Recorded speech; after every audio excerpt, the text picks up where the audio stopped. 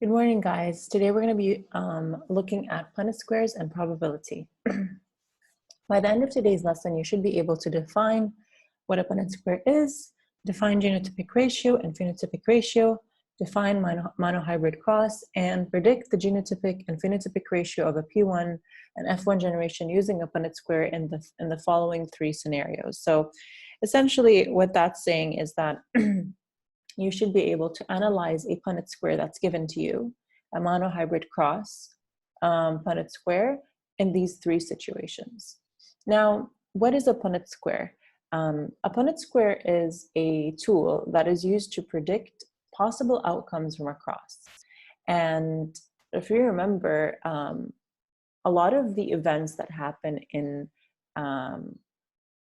meiosis are random. So we can't really know for sure what is going on, and therefore we have to use the ratio or use the law of probability in order to predict what the results of certain crosses are. So in order to help us do that, we use a Punnett square that looks something like this. Okay, and whenever we are saying the word cross, just like I mentioned in the past, we mean a mating, okay, a mating event. So essentially, a Punnett square is showing us the result of a certain single mating event. The Punnett square has two things that you need to kind of like pay attention to. The axes, okay, so we have the X and the Y axes, and these are going to contain the alleles of the first parent. So the X-axis will have the alleles of the first parent, and the Y-axis will have the alleles of the second parent. And it really doesn't matter where you put each parent. I could switch them if I wanted to. It won't make a difference. However, on the axis, you need to make sure that you only have one allele on top of one box, okay? The second thing that we want to look at are these boxes. And the boxes are going to be showing us the possible genotypes of the offspring. So once we do this genetic cross, these are going to be the possible, remember, nothing is guaranteed, the possible genotypes of the offspring, okay? So basically, the Punnett square gives us the ratio or probabilities of possible genotypes and phenotypes for every genetic or for every cross or mating event. Now, why are we using math and biology? Why are we using probabilities and ratios and percentages? Remember, meiosis is a random event. So the mathematical laws of probability are used in order to calculate the heredity patterns. And probability, as you may have known from learning about this in math, is that you are predicting how likely is a certain event going to happen, all right? Now, because this year we're kind of we're trying to simplify things, you will need to be able to write a ratio, and you will need to be able to write a percentage. And I'm going to show you how we can do that when we look at examples.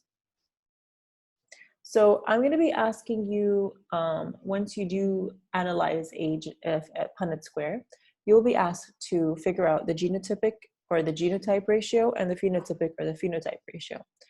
Sometimes I will ask you for the probability. So I might ask you the genotype probability or the phenotype probability. That's going to be, they're kind of like very similar. So I'll show you the difference between both of these, but I just want to show you that it could either be ratio or it could be probability. Same thing here, either ratio or probability. Now, if I ask you for ratio, you will give me something. Like, you're not going to give me the same number for both. And again, it's going to make a lot more sense when I start showing you an example.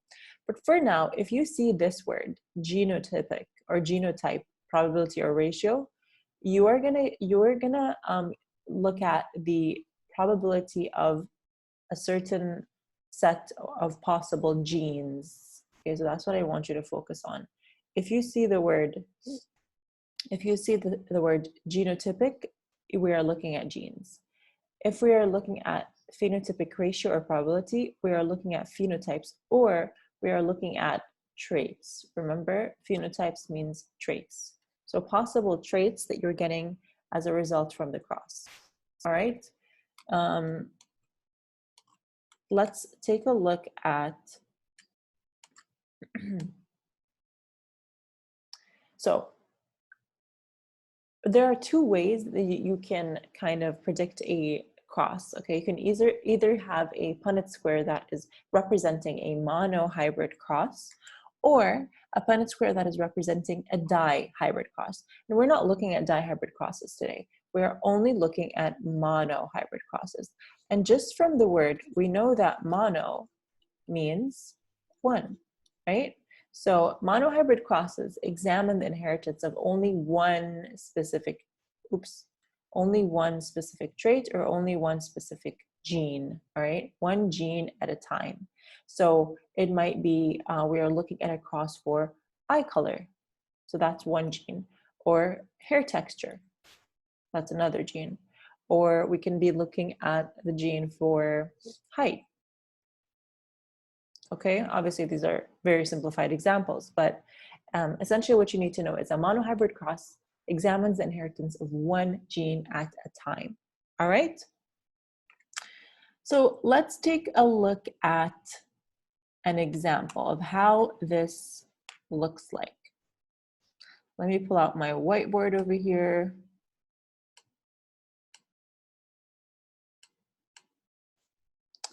Okay.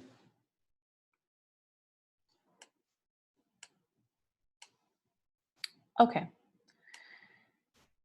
Let me get rid of this and let's look at our first example. So obviously this year, because we're doing everything online, you don't really have to draw a Punnett square, but a Punnett square usually looks like this. It has boxes in the center and the axes right here, okay? And remember, here you will put the first parent, the genes or the alleles of the first parent, and here you'll put the genes or the alleles of the second parent. And you don't really, it doesn't really matter where each parent is. I can switch these if I wanted to. It won't make a difference. So again, a monohybrid cross looks at at one gene at a time. So let's assume that I'm looking at a gene that is responsible for petal color in plants. So remember how Mendel was dealing with pea plants? Okay, so I'm looking at the gene responsible for determining the color of the petals.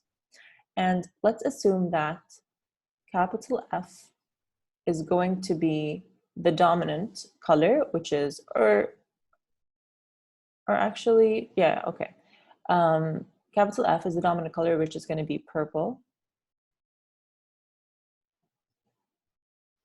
That's definitely not how you spell purple. Okay, and lowercase f is going to be the recessive color, which is white. Notice how like the letters that I chose have nothing to do with these words. Again, they don't have to, okay? So my gene didn't have to start with a P just because it's representing purple, all right? It can be any letter I want. So let's assume, so we're gonna look at the first scenario right now, and let's assume I'm looking at a cross, or the first scenario, which is a homozygous cross.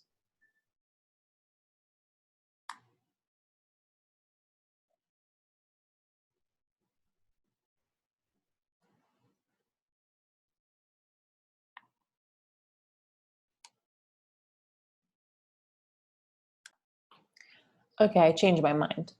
Only because I want you to do a similar example with the petal color gene, so I don't want to give you the answer right now. Oops. So let's instead look at this gene. Let's assume we're looking at a gene that determines eye color, okay? And the dominant form of this gene, or the allele, the dominant allele, so this is one allele, is brown, and the recessive form, or the recessive allele, is blue. Notice how I represented the dominant allele with a capital letter and a lowercase allele with a, or sorry, the recessive allele with a lowercase letter. Now let's assume that parent 1 is homozygous dominant, meaning they have brown eyes, of course, homozygous dominant, 2 copies, 2 alleles that are dominant. Therefore, I represent them with a uppercase for both alleles. Remember, allele 1 goes here, allele 2 goes here. The second parent, I want them to be homozygous recessive. So therefore, they will have 2 copies of the lowercase allele, of the recessive allele. So therefore, their eyes are for sure going to be which color? Blue, definitely. Okay. So let's assume that they have a mating event, and let's figure out what the genotypes of the offspring. So if they were theoretically going to have 4 kids at the same time, what would be the genotypes of these 4 kids? Okay. Or if they were going to have 1 kid, what are the probability of having certain genotypes? We'll figure that out. So in order to first fill out this Punnett square, we're going to bring down, okay, you're going to bring down the dominant or the uppercase letter first. Wherever the uppercase letter is, whether it's be here or there, you're gonna put it down first. So that is gonna be crossed with whatever's on this side. Same, we're gonna do the same right here. We're gonna bring down this capital B, and we're gonna cross it with whatever is on this side. Again, we're gonna bring down this capital B, we're gonna cross it with whatever's on this side, and so on. Okay? I wanna show you what if it looked the other way. So what if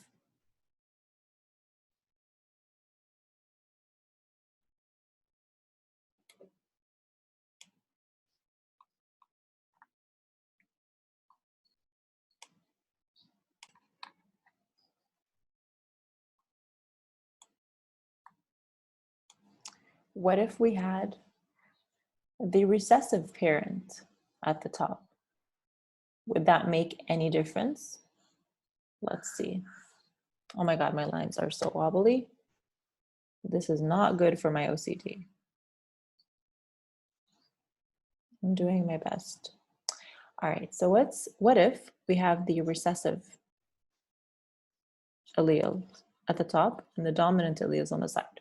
Would that make any difference? Let's see. So if we're gonna do a cross, again, we're gonna cross whatever's here with here. Remember, the capital letter has to go first. So we're gonna put, okay, and we're gonna cross this with whatever is here. Capital letter goes first. Again, we're gonna cross this with this. Capital letter goes first, and so on. Okay, so it looks identical to what we had in 2 seconds ago.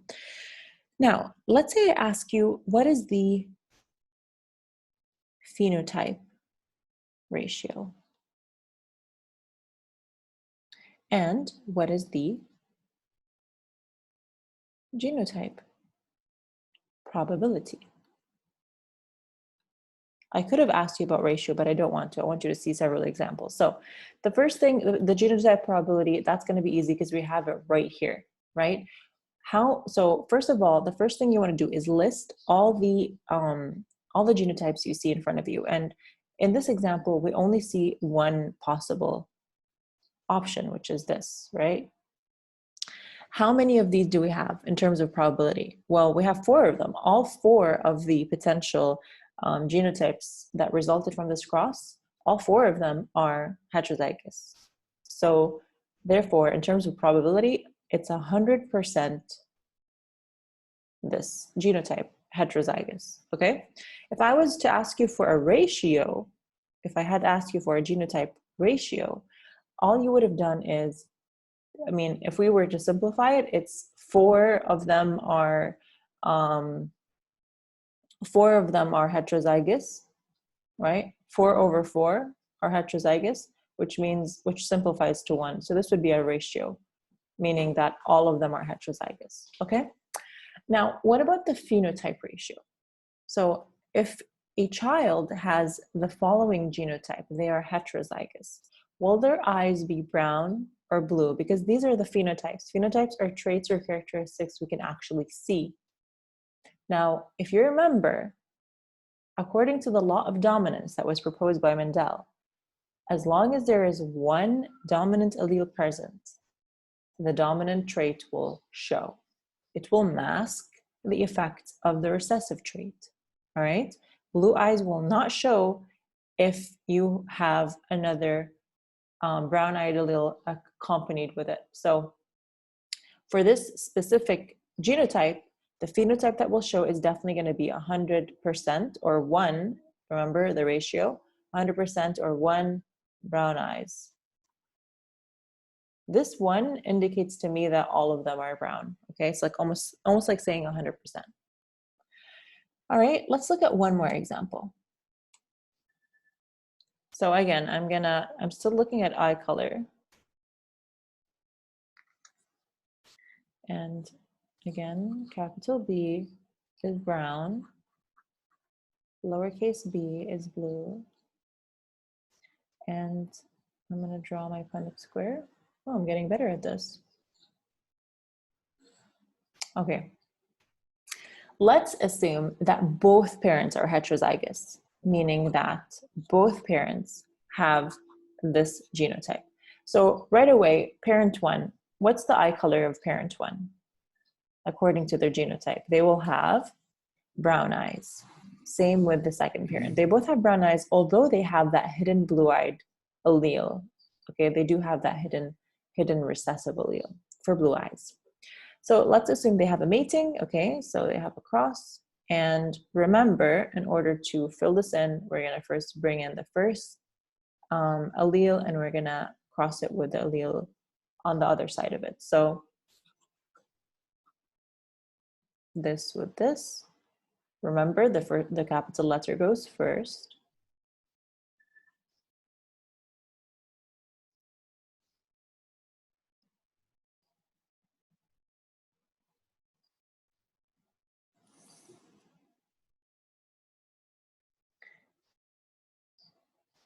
Okay, and then finally, this goes down, cross with this. All right, so let's say I ask you, what is the genotype probability?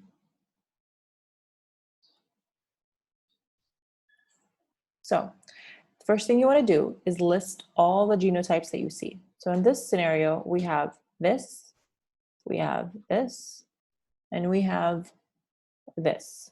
Do we have any other options in terms of the genotypes? Not really. Okay, these are the only 3. This one repeats, so that's why I have it here as once. But we don't have any other variations. Next, I want to figure out how many or what is the probability of getting this specific genotype. So out of 4 potential genotypes, or out of 4 options, the homozygous dominant genotype showed up once. So that is 1 out of 4, which we can simplify as a percentage, right? 1 out of 4 is what percent? 25%. So there's a 25% probability that we'll get a homozygous dominant genotype. What about the next one, heterozygous? It showed up 2 out of 4 times, meaning there is a 50% probability that we'll get this genotype.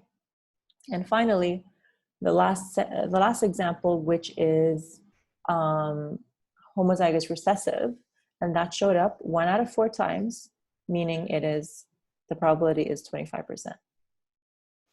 If I was to ask you for a genotype ratio, okay, again, you would list all the possible genotypes, and then you would just count. So how many homozygous dominants do we have? 1. Then we're going to use this symbol just because this is a ratio.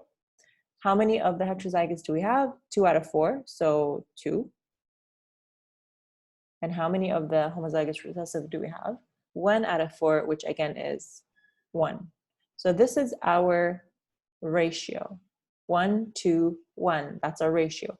This tells us that we have 1 homozygous dominant, 2 heterozygous genotypes, and 1 homozygous recessive. Now, what if I ask you for a phenotype probability?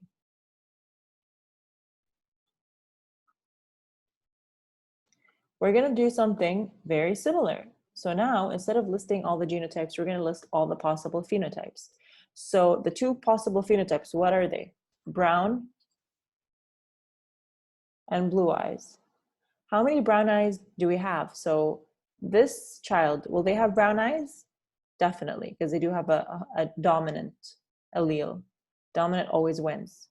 This child, definitely they're going to have brown eyes because both of their alleles are dominant, meaning they have brown eyes. This child, yes, they will have brown eyes. What about this child? No, they will not have brown eyes. Okay, so 3 out of 4 children will have brown eyes. We can put that as a percentage as 75%.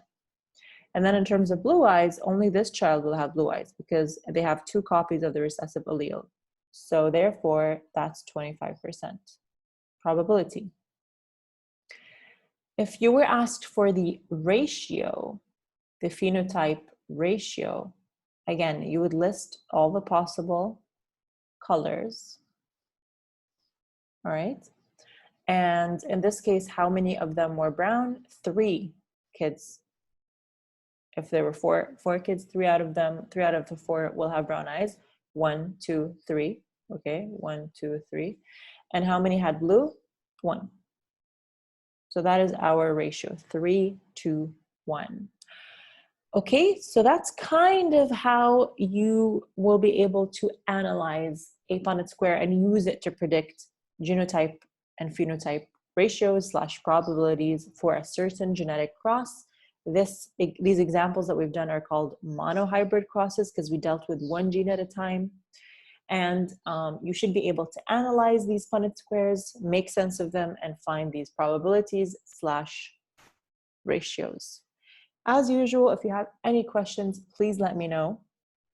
If you need me to create a mini tutorial on Snapchat, please let me know. I can go and show you more examples to help you out.